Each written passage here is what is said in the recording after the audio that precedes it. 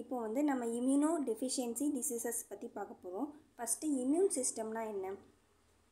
நம்மளோட பாடிக்கு disease cause பண்ணுறதுக்காக வெளியிலேருந்து நம்ம பாடிக்குள்ளே உள்ள வர ஆன்டிஜனை கில் பண்ணுறதுக்காக நம்மளோட பாடி வந்து ஆன்டிபாடிஸை வந்து ப்ரொடியூஸ் பண்ணும். அதுதான் இம்யூன் சிஸ்டம்.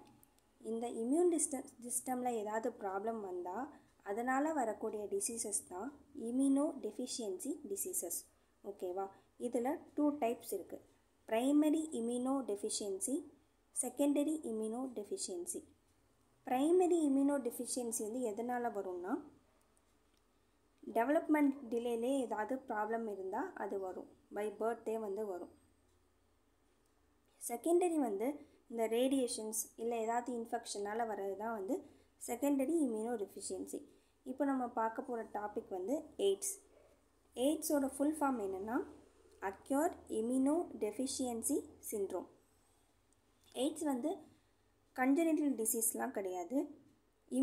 இம்யூன் சிஸ்டமில் ஏதாவது டெஃபிஷியன்சி வரும்போது எய்ட்ஸ் வந்து வருது. எய்ட்ஸை காஸ் பண்ணுறது வந்து ஒரு வைரஸ். அந்த வைரஸ் நேம் என்னென்னா ஹெச்ஐவி.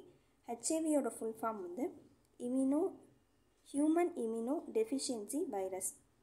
இது எதை இன்ஃபெக்ட் பண்ணுன்னா, T செல்ஸ் இருக்குது. இம்யூன் சிஸ்டமில் இருக்க T செல்ஸை வந்து இன்ஃபெக்ட் பண்ணுது. நம்மளோட T செல்ஸ் தான் ஆன்டிபாடிஸ் வந்து ப்ரொடியூஸ் பண்ணும். அதை ப்ரொடியூஸ் பண்ண விடாமல் அந்த T செல்ஸே இது இன்ஃபெக்ட் பண்ணுறதுனால இந்த ஹெச்ஐவி வைரஸ் வந்து நம்மளோட இம்யூன் சிஸ்டத்தையே வந்து அஃபெக்ட் பண்ணுது. இதில் வந்து 2 டைப்ஸ் இருக்குது. HIV1, HIV2ன்னு சொல்லிட்டு. இதோட ஸ்ட்ரக்சர் எப்படி இருக்குன்னா, இது என்ன குரூப் வைரஸ்னால் லென்டி வைரஸ். இந்த மாதிரி ஸ்பெரிக்கல் ஷேப்பில் இருக்கும். இதோட டயமீட்டர் வந்து 100 to 120 nanometre. Surrounded by lipoprotein. இதுதான் வந்து லிப்பிட் பைலேயர். இந்த லேயர் தான் வந்து லிப்பிட் பைலேயர். இதில் வந்து கிளைகோப்ரோட்டீன் இருக்குது. இந்த லிப்பிட் பைலேயரில் இது வந்து கிளைகோப்ரோட்டீன். கிளைகோப்ரோட்டீனில் 2 டைப்ஸ் இருக்குது. GP41, GP120. GPன்னா கிளைகோப்ரோட்டீன். இதில் வந்து என்ன இருக்கும்? ஜெனட்டிக் மெட்டீரியலில் என்ன இருக்குன்னா RNA தான் இருக்கும். வைரஸ்னாலே ஜெனட்டிக் மெட்டீரியல் வந்து RNA தான். இதில் 2 சிங்கிள் ஸ்டாண்டர்ட் RNA வந்து ப்ரெசென்ட் ஆகிருக்கு. இதில் வேறு என்ன இருக்குது அப்படின்னா, ரிவர்ஸ் டிரான்ஸ்கிரிப்டேஸ் என்சைம் வந்து இருக்குது. இதுதான் வந்து ரிவர்ஸ் டிரான்ஸ்கிரிப்டேஸ் என்சைம். இது வந்து இதில் ப்ரெசென்ட் ஆகிருக்கு. டிரான்ஸ்கிரிப்டேஸ் அப்படின்னாலே டிஎன்ஏலேருந்து RNA ஃபார்ம் ஆகிறதுக்கு யூஸ் ஆகிற என்சைம் தான் டிரான்ஸ்கிரிப்டேஸ். அப்போ ரிவர்ஸ் டிரான்ஸ்கிரிப்டேஸ்னால் என்ன? RNAலேருந்து டிஎன்ஏவா ட்ரான்ஸ்ஃபர் ஆகும்போது யூஸ் ஆகிற என்சைம். இது எதுக்கு எப்போ யூஸ் ஆகுதுங்கிறது நான் அப்புறம் சொல்கிறேன். இதில் வேறு என்ன என்சைம்ஸ்லாம் இருக்குன்னா, புரோட்டியேஸ் இருக்குது, ரைபோநியூக்ளியஸ் இருக்குது. அதுக்கப்புறம் இதில் வந்து கேப்சிட் ப்ரோட்டீன் இருக்குது. இது வந்து கேப்சிட் ப்ரோட்டீன். இது வந்து மேட்ரிக்ஸ் ப்ரோட்டீன். அதை ப்ரொடக்ட் பண்ணுறதுக்காக, ஜெனட்டிக் மெட்டீரியல் ப்ரொடக்ட் பண்ணுறதுக்காக வந்து இது இருக்குது. ஃபஸ்ட்டு இந்த ஹெச்ஐவி வைரஸ் என்ன பண்ணுன்னா, மேக்ரோபேஜஸை தான் வந்து அஃபெக்ட் பண்ணும். ஓகேவா? இந்த ஹெச்ஐவி வைரஸ் வந்து இன்சைட் த செல் வந்து 1.5 days வந்து இருக்கும். அவுட் சைட் த செல்ஸ் வந்து 6 hours வந்து இருக்கும். இப்போது இந்த ஹெச்ஐவி வந்து எப்படிலாம் வந்து நம்ம பாடிக்குள்ளே வருது அப்படின்னா, அன்சேஃப் செக்ஸ். யாருக்காச்சும் ஒருத்தவங்களுக்கு ஹெச்ஐவி இருக்குது அப்படின்னா அவங்களோட அன்சேஃப் செக்ஸ் வச்சுருக்கவங்களுக்கு ஹெச்ஐவி வந்து வந்துடும்.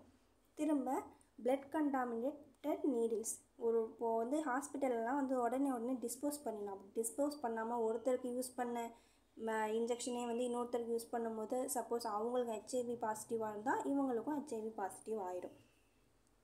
அப்புறம் ஆர்கன் டிரான்ஸ்பிளான்ட். இப்போல்லாம் ஆர்கன் டிரான்ஸ்பிளான்ட் வந்து நிறைய நடக்குது. அப்போ வந்து ஹெச்ஐவி டெஸ்ட்டு பண்ணிட்டு தான் வந்து டிரான்ஸ்பிளான்ட் பண்ணுவாங்க. பண்ணாமல் விட்டால் என்ன ஆகும்? இவங்களுக்கு இருக்க ஹெச்ஐவி அவங்களுக்கும் வந்து வந்துடும், டோனாருக்கும் வந்துடும். டோனாருக்கு இருக்கிறது வந்து அந்த வாங்குறவங்களுக்கும் ரெசிபியண்ட்டுக்கும் வந்துடும். அப்புறம் ப்ரெக்னென்ட் விமன் இருக்கிறாங்கன்னா, ப்ரெக்னென்ட் விமனுக்கு மந்த்லி ஹெச்ஐவி டெஸ்ட் பண்ணுறாங்க. ஏன் டெஸ்ட் பண்ணுறாங்கன்னா, அவங்களுக்கு இருந்தால் அவங்களோட பேபிக்கும் வந்து ஹெச்ஐவி பாசிட்டிவ் ஆயிரும். இது வந்து மற்ற டிசீஸ் மாதிரி இன்ஃபெக்ஷனாலேயோ ஒரு இன்செக்ட்னாலேயோ அந்த மாதிரி வராது. மெயினாக பிளட் மூலமாக தான் வந்து ட்ரான்ஸ்ஃபர் ஆகுது.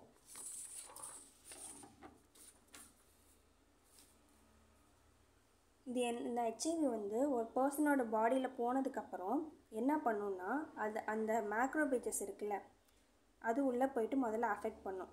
அஃபெக்ட் பண்ணிவிட்டு அந்த ஆர்என்ஏ வந்து ஏற்கனவே வந்து இதில் வந்து ரிவர்ஸ் டிரான்ஸ்கிரிப்டேஸ் என்சைம் இருக்குது. இந்த என்சைமை யூஸ் பண்ணி என்ன பண்ணுவோம்னா ஆர்என்ஏ வந்து டிஎன்ஏவாக மாறும். ஃபஸ்ட்டு டிஎன்ஏவாக மாறினதுக்கப்புறம் அந்த ஹோஸ்ட் செல் அது இருக்கிற அந்த செல்லை அஃபெக்ட் பண்ணும். பக்கத்தில் இருக்க செல்லு எல்லாம் ஒரு செல்லாக அப்படியே அஃபெக்ட் பண்ணிக்கிட்டே வரும். அஃபெக்ட் பண்ணும்போது என்ன ஆகும், அதை அஃபெக்ட் பண்ணுறது ஃபுல்லாகவே வந்து T செல்ஸ், இம்யூனிட்டி காஸ் பண்ணுற செல்ஸ், அது எல்லாத்தையுமே அஃபெக்ட் ஆகிடுச்சுன்னா அந்த பர்சனுக்கு வந்து சுத்தமாக இம்யூனிட்டியே இருக்காது. ஸோ எப்போவுமே அவங்களுக்கு ஃபீவர், டயரியா ஆகும், வெயிட் லாஸ் ஆகும். அது சரியாகவே ஆகாது. ஏன்னா அவங்களுக்கு இம்யூன் பவரே கம்ப்ளீட்டாக இருக்கிறதுனால சரியாகவே ஆகாது.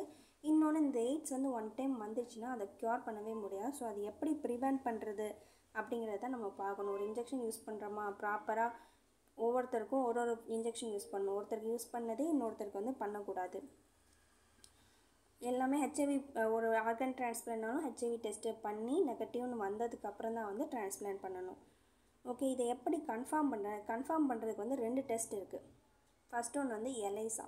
எலைசாவோட ஃபுல் ஃபார்ம் என்னென்னா என்சைம் லிங்க்ட் இம்யூனோசார்பன்ட் அசே. இது வந்து ஜஸ்ட் ப்ரிலிமினரி டெஸ்ட்டு தான். இதில் வந்து ஏதோ பாசிட்டிவாக நார்மல் பிளட் டெஸ்ட் மாதிரி தான். இது எது பாசிட்டிவ் ஆகிற மாதிரி இருக்குது, கன்ஃபர்மேஷன் வேணும் அப்படின்னா செகண்ட் லெவல் வந்து வெஸ்டர்ன் பிளாட்டிங் வந்து பண்ணுவாங்க. இந்த ஹெச்ஐவி வந்து கண்ட்ரோல் பண்ணுறதுக்காக நிறைய ஆர்கனைசேஷன், WHO எல்லாமே வந்து நிறைய அவேர்னஸ் வந்து க்ரியேட் பண்ணிகிட்ருக்காங்க. இதுக்குன்னே ஒரு ஆர்கனைசேஷன் இருக்குது, நேஷ்னல் எய்ட்ஸ் கண்ட்ரோல் ஆர்கனைசேஷனே ஒரு ஆர்கனைசேஷன் ஸ்டார்ட் பண்ணி அதை கண்ட்ரோல் பண்ணுறதுக்கு என்ன பண்ணணும் அப்படின்னு சொல்லிட்டு பார்த்துட்ருக்காங்க.